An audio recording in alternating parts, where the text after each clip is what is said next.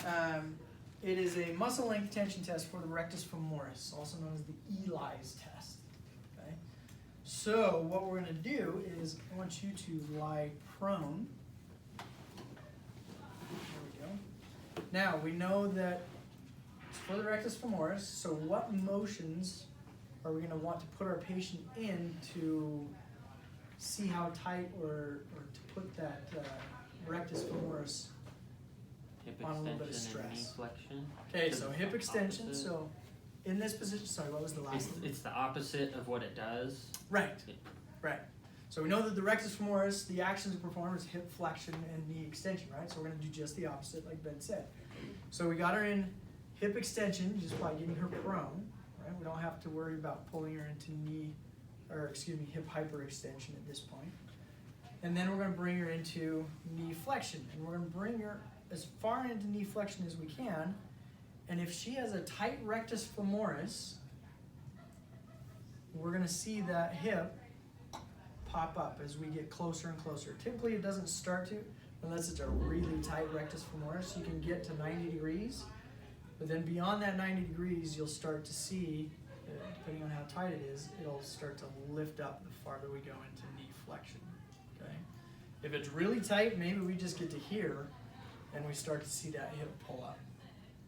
But to do the actual test, we'll take our goni, we'll line up our goni on the points that we would normally for knee flexion and extension. Okay, so just like that. And then we're going to watch her hip. And as soon as that pelvis starts to come off the table, let's say it starts to come off right there, we start to see it lift up a little bit. Go ahead and fake it for me. There we go. Okay, so let's say it started to lift up right there. Then I would take that measurement and, shoot, I forgot where my zero was. Oh, there it is. Yeah, oh snap. 130 degrees of knee flexion before I started to get tightness or too much tension put on that rectus femoris that it affected the other joint. So how would you write that? So then you put Eli's test, 130. Okay. Knee flexion, and that should tell whoever's looking at it that you performed the Eli's test and you started to get that motion or that hip hiking or pelvis movement at 130 degrees of knee flexion. And Eli's only refers to that test for the knee. Okay. Yep. Eli's only refers to this position, to testing the rectus femoris, everything like that. Okay? So that's Eli's test. Let's do, we'll jump to the bottom one there just so that we can stick with the goni measurement test and do the straight leg raise test. So this one we're looking at, instead of the anterior hip muscles, we're looking at the posterior, or the hamstring. So I'm going to have you flip onto your back. Is this the same as the distal hamstring length test? I do believe so. 326? Yes. Okay. Straight leg test, it can refer to either, there's also another special test that's called the straight leg test. It's for herniated nucleus pulposus, or a bulgy disc. So you have to differentiate like why you're performing it, or saying that you did the straight leg test for HNP, or did you do the straight leg test for hamstring length tension kind of thing. Okay? With this one, we are going to just hold on to the ankle, but we're going to be watching the knee, okay? So as we bring her up into more and more hip flexion, keeping that knee straight, we don't want her to actively contract, we just want her to relax, okay? But what do you think will happen, would naturally happen, or what they'll want to do as we go farther and farther if those hamstrings are tight? What do you think is going to happen at the knee? The knee will bend, okay? So again, we're going to do the same thing. We're going to go as far as we can, and then as soon as we see that knee start to bend, then that's where we're going to take our measurement, okay? And the measurement that the place we take the measurement at, I'm going to double check and make sure, yep, it's still the knee, okay? So, we line up at the knee, just like we would for knee flexion extension. We start to bring her up, and then as soon as we see that knee start to bend, let's say it's right there, we start to see it bend, then I'm going to take the measurement, and I would say that I did the straight leg raise test, or whatever they call it in the book. So this is different. The way it's describing in the book is different than what you're doing. Would you measure at the hip? There's two different ways to do it. So Yeah. you can measure at the hip, and you're going straight up till the knee bends, and you take the hip measurement, and you would document. Or you get the femur straight up, and then straighten it out. That's So the you way could it do is. it this way, and then straighten it out until the patient either starts to go into hip extension, or they're like, okay, that's tight right there, and you could feel it. Then you would still take the measurement. Measure it. So you can do it either way. I can never remember how they put it in the book, but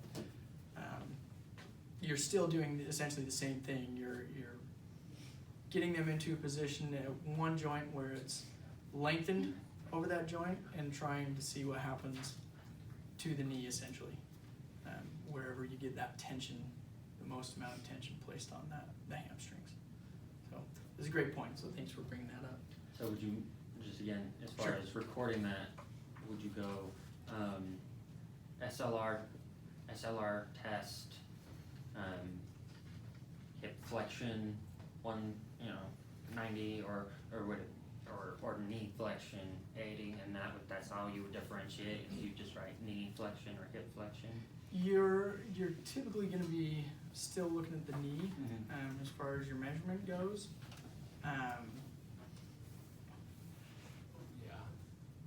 So you're gonna, if you differentiate, then the therapist or the other PTA or whoever is gonna duplicate the test when you're not there will know, did he have the goning at the knee or if he had it at the hip? Yeah. Just so you get the same measurements going. Okay.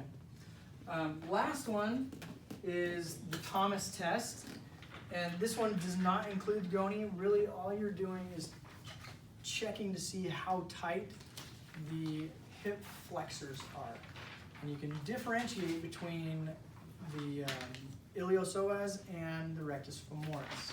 Okay, so for this one, I'll have you sit up and then scooch all the way down to the end of the table there. So this one, you want your patient to sit on the edge of the table, right at their thut. You don't know where the thut is, right? Okay, so they'll barely be hanging off of the edge of the table, and then let's say that we are testing, we want to see how tight the flexors are on her left leg. So what I'm going to have her do is grab her right knee, and then slowly just go ahead and lie on back. Okay? And then I'm going to watch. And if this leg comes up and there's a gap between the plinth and the posterior side of her thigh, I know that I've got some tight hip flexors. Okay? Now depending on the position of the knee, it's going to tell me whether it's the iliopsoas or whether it's the rectus femoris. Okay? So her knee's bent right now, right? So what muscle do you think, if it's tight, which muscle do you think is going to be affecting our result of our test here? For the knee, it's going to be the rectus. The rectus, right? Because the fact that it's crossing the hip and it's crossing the knee. So if the knee is flexed, it's more a test for the rectus femoris. If we want to, if it's still hanging up there and we want to determine, okay, is it really the rectus femoris or is it possibly the iliopsoas, then I'm going to take the rectus out of it by bringing her into knee extension. If it's just the ilio that's tight, then as soon as I bring her into knee extension, I'll see that leg drop down. Okay, I can passively have actively have my patient extend the knee, but then I do kind of run the risk of them contracting the rectus so much that it'll hold that up. But it shouldn't affect it too much. Typically, I'll just do a passive test, where I'll passively bring them into extension, and then as she goes down, we don't have any gapping, and so I know that her iliopsoas is not tight. Okay, but if her rectus was tight and I did this, then it would automatically bring that knee up. Does that make sense? You'll learn these again in ortho, so you'll be very familiar with them by the time you get to that So that's how we do the Thomas test. Okay? So, try them out, practice